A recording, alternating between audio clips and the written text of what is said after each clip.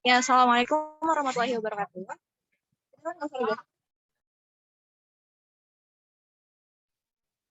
Ya, Assalamualaikum warahmatullahi wabarakatuh. Terima kasih kepada teman-teman dan juga Bapak Arif Permadaputra selaku uh, dosen mata kuliah dari studi kebudayaan. Di sini kami kelompok 6 akan mempresentasikan mengenai perkembangan politik kontemporer di Banten dengan anggota yaitu saya sendiri, Aulia Ratu Putri sebagai moderator, lalu ada Salsabila Lestiawan, Anissa Kurniati, Vindi Diseptia sebagai materi untuk presentasi kali ini. Dilangsungkan saja kepada pemateri yang pertama. Ya, jadi yang pertama itu ada definisi politik kontemporer. Politik pada dasarnya merupakan suatu fenomena yang berkaitan dengan manusia yang selalu hidup bermasyarakat. Hakikat politik menunjukkan perilaku atau tingkah laku manusia, baik berupa kegiatan, aktivitas, ataupun sikap, yang tentunya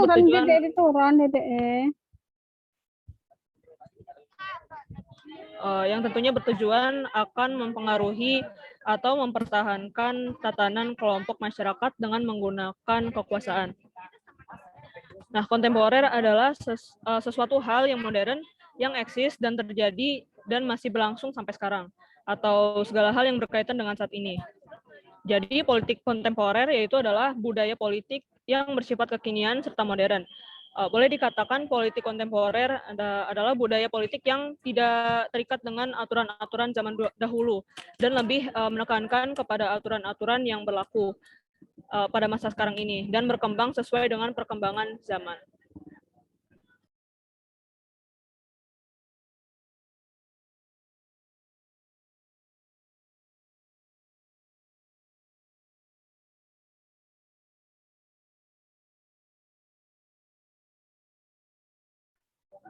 Mungkin materi selanjutnya bisa dibacakan oleh Hanisa.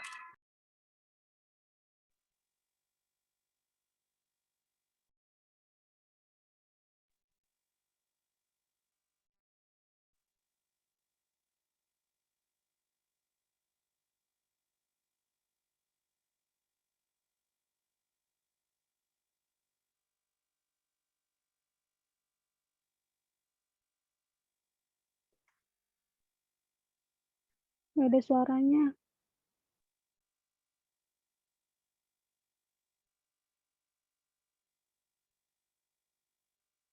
Punten Anissa, nggak ada suaranya.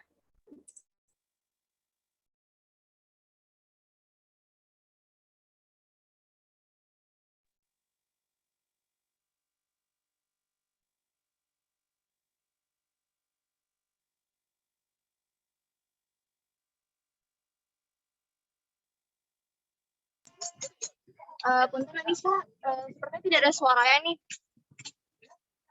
Mungkin mic-nya belum nyalain atau tergendala sinyal.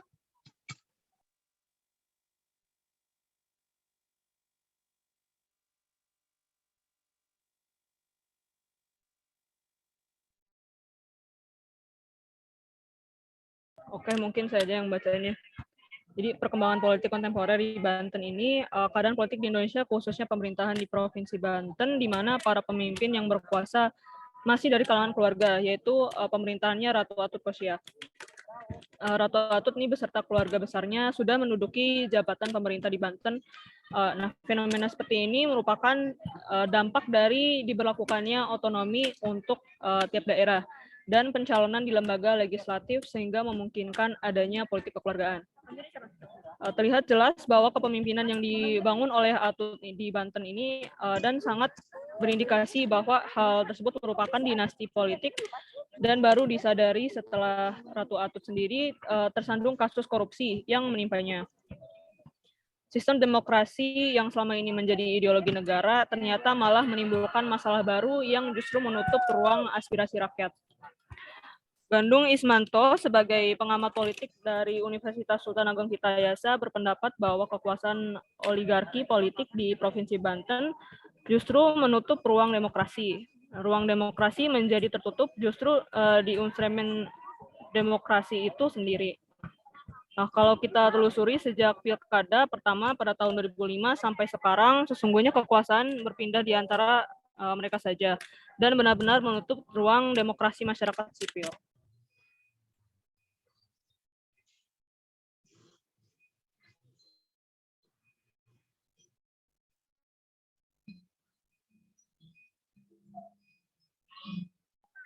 Ya, baik. Karena mungkin teman-teman saya terkena sinyal, mungkin akan saya lanjutkan. Kemudian adalah faktor-faktor dinasti politik dapat bertahan dan juga memperluas kekuasaannya.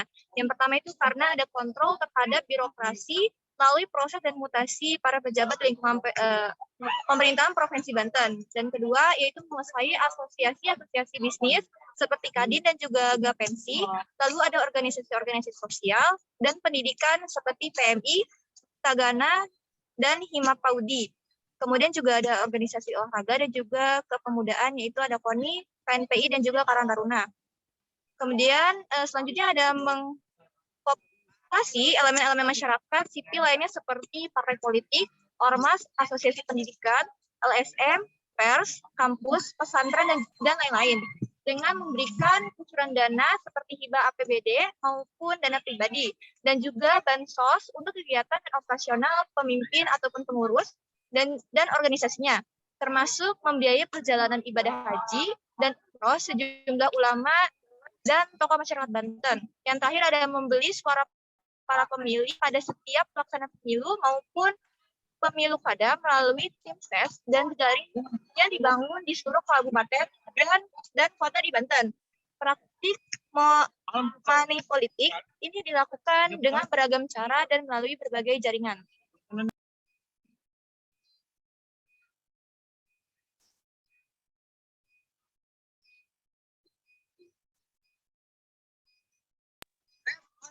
Kehadiran dinasti politik yang melingkupi perebutan kekuasaan di level regional hingga nasional mengakibatkan substansi dari demokrasi sendiri sudah diwujudkan. Tumbuh suburnya dinasti politik khususnya di daerah tidak terlepas dari peran partai politik dan regulasi tentang pilkada.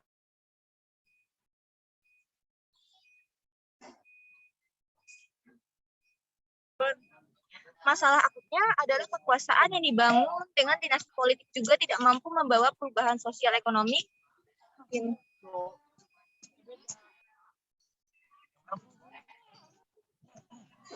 Perubahan sosial ekonomi kepada masyarakat banyak. Kekuasaan hanya menjadi tameng bagi keluarganya untuk menguasai hajat hidup orang banyak dan dilakukan hanya untuk memakmurkan kekuasaan ekonomi politik lingkaran keluarganya. Dinasti politik yang kolutif dan koruptif adalah masalah serius bagi keberlanjutan demokratisasi di Indonesia dan tidak kalah pentingnya juga menjadi masalah dalam distribusi keadilan pembangunan sosial ekonomi di daerah. Permasalahan ini dapat diatasi dengan instrumen hukum yang dianggap ampuh. Salah satunya melalui penegakan hukum pemilu dengan desain kerangka hukum yang mengatur mekanisme penyelenggaraan dan penyelesaian aktif. Kaitannya dengan persoalan dinasti politik, instrumen hukum terwujud dalam Undang-Undang Nomor 8 Tahun 2015 tentang perubahan atas Undang-Undang Nomor 1 Tahun 2015 tentang penetapan peraturan pemerintah pengganti Undang-Undang Nomor 1 Tahun 2014 tentang pemilihan gubernur, bupati, dan wali kota menjadi undang-undang. Instrumen inilah yang mencoba membatasi maraknya dinasti politik, khususnya dalam setiap kontestasi pilkada.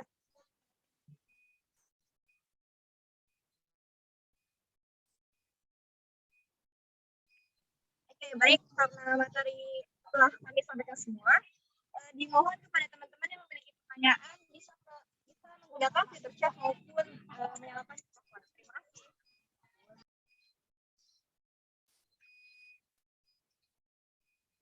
Silakan teman-teman jika punya pertanyaan boleh melalui fitur chat ya. Terima kasih.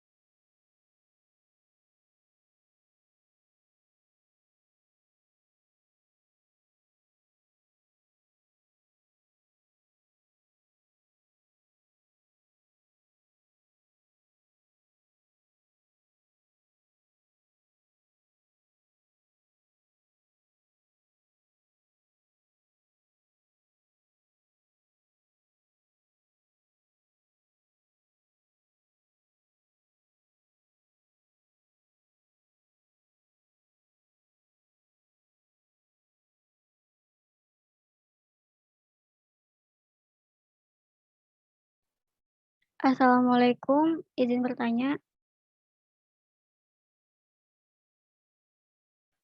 Iya, silakan Neng Mutia. Ya, tadi kan di PowerPoint dijelaskan bahwa politik kontemporer itu yaitu budaya politik yang bersifat kekinian serta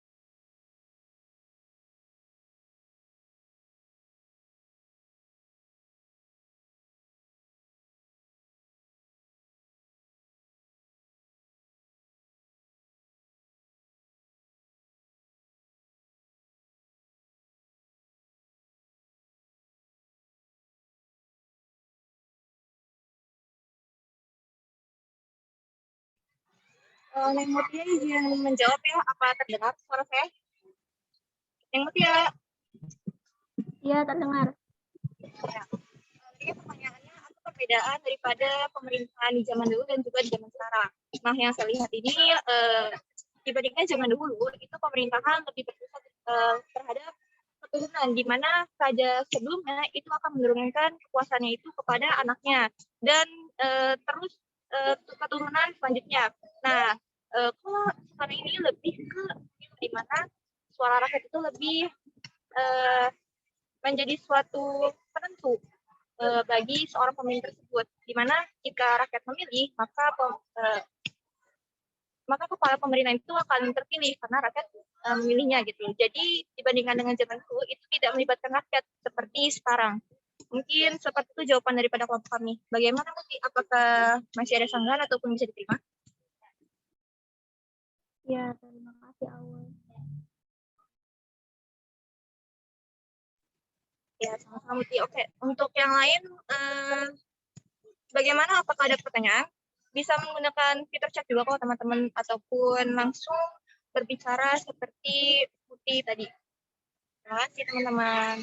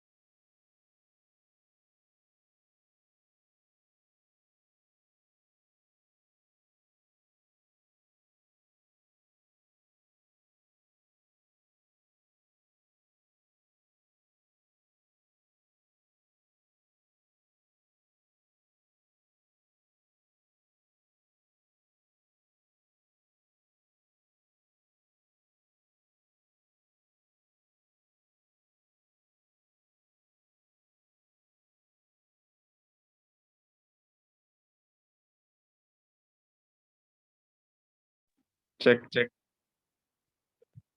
Masuk gak suara saya? Iya, silakan Fikri. Saya izin bertanya, apa pandangan kalian mengenai dinasti politik tersebut? Apakah khususnya di Provinsi Banten ini masih ada yang menggunakan dinasti politik tersebut, khususnya di daerah-daerah Provinsi Banten, dan apa dampak dari hal tersebut? Dan saya lihat hal-hal dinasti politik, khususnya di Banten tuh menurut saya masih ada. Terus dampaknya apa sih menurut kalian? Gitu. Terima kasih. Terdengarkan suara saya?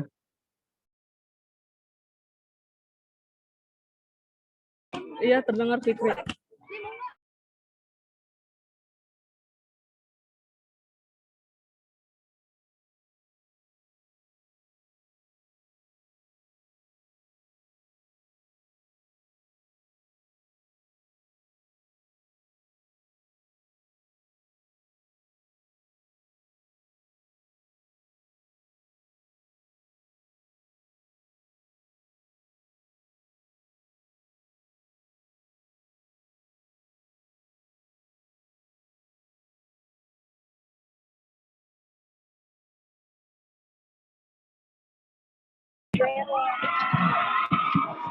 izin menjawab. Jawabannya itu masih ada. Contohnya itu seperti Ratu atau Kosia, di mana pemerintahannya itu seperti pada masa Soeharto. Cukup.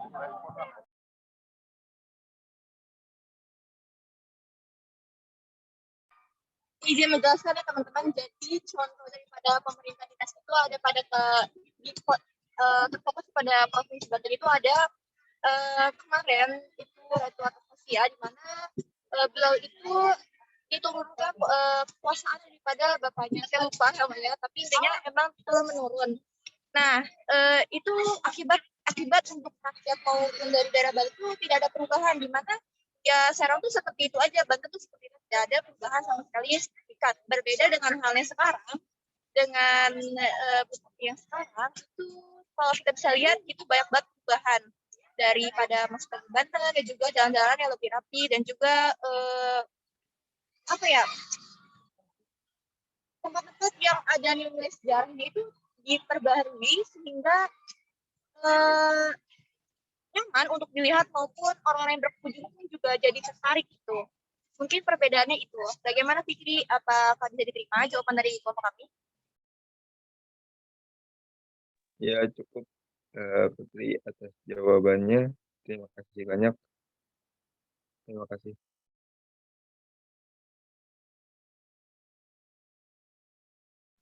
Ya baik, terima kasih Fikri.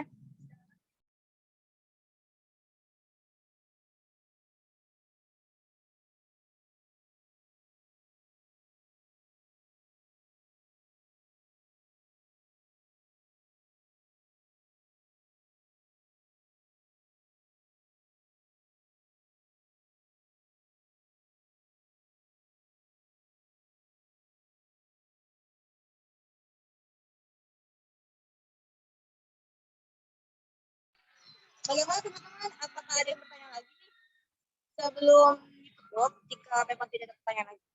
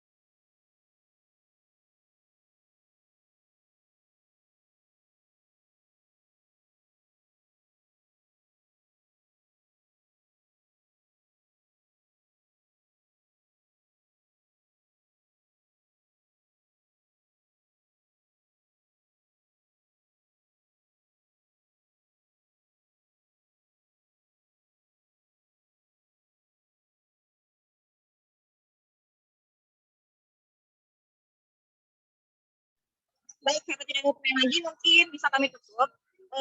Saya akan membacakan kesimpulan daripada talk show hari ini, di mana politik pada dasarnya merupakan suatu fenomena yang berkaitan dengan manusia yang selalu hidup bermasyarakat. Melihat ini, maka hakikat politik menunjukkan perilaku atau tingkah laku manusia, baik berupa kegiatan, aktivitas, ataupun sikap yang tentunya bertujuan akan mempengaruhi atau mempertahankan tatanan kelompok masyarakat dengan menggunakan kekuasaan. Definisi kontemporer adalah kekinian atau suatu yang menggambarkan hal-hal yang terjadi pada saat yang sama atau di masa sekarang. Nah,